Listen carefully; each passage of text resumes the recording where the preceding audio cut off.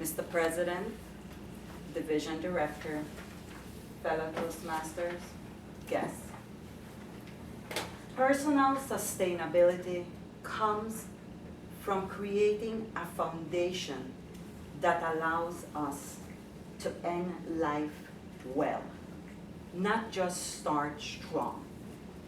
Therefore, we must start with the end in mind and work back. That only happens when we keep the main thing the main thing. And the main thing is personal sustainability. Today, I will talk about 3 essential life disciplines of personal sustainability. Think of them as gauges of life. Have you ever seen the cockpit of an airplane? They have many gauges, all important, otherwise they wouldn't be there. But some are critical. If you talk to a pilot, he will tell you, if I want to get home tonight, the critical gauges are the ones I keep my eye on all the time. So, a critical gauge in our life is life balance. For better or for worse, life is really a bunch of moving parts that demand our attention and constantly have to be arranged and organized in view of our available resources. Think of it this way. Balance is the ability to continually recognize and juggle the multidimensional assignments and opportunities of life. An assignment is something we have no control over. We cannot say no to. An opportunity, however, are options that present themselves along the way. Alternatives that leave us with choices to make about either accepting or declining.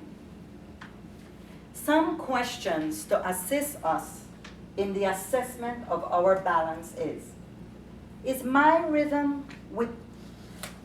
life in rhythm with the days of work, days of rest, and days of play?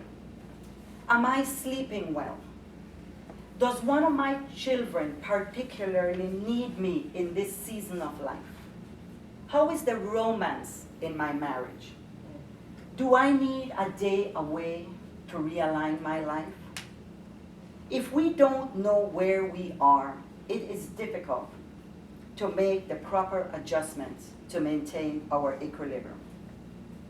The second discipline is business contribution. Dorothy Sayre once wrote, "A human being must have occupation if he or she is not to become a nuisance to society." So often we talk about how unsatisfied we are with our work situation. We can slow down or change the demands or structure of our work, or we can have different motivation for work throughout the different seasons of our life. But we are hardwired to make a contribution in society until the day we die. Every person can do something that adds value to life. Work is not an option if it is defined this way. Are you settled in work? Some questions to ask are, could it be that I expect my job to do something that it was never intended to do? Like provide my identity or my ultimate security. That is a false assumption. 2, could it be that I give too much of my life to work? Or maybe I give too little of my passion to work? Could it be that my job doesn't fit my calling or my gifts? The wrong fit or calling can cause inner noise. If you aren't bringing your A game to work, then suit back up and start bringing your best effort. Don't just bring your body. Bring your heart, your soul, your emotions, your intellect. Third is spiritual vitality. Oliver Wendell Holmes Jr., who served on the Supreme Court from 1902 to 1932, was once asked the key to his success. "Young man," Holmes said, "the secret to my success is that at an early age, I discovered I wasn't God."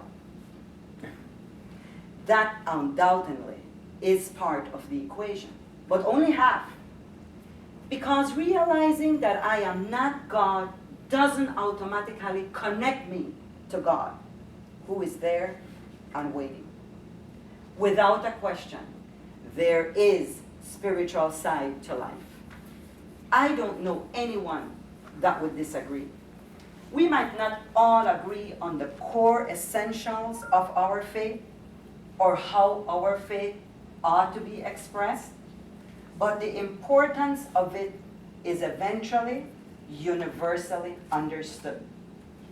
Pierre Teilhard de Chardin, French philosopher and Jesuit priest, put it this way: we are not human beings having a spiritual experience.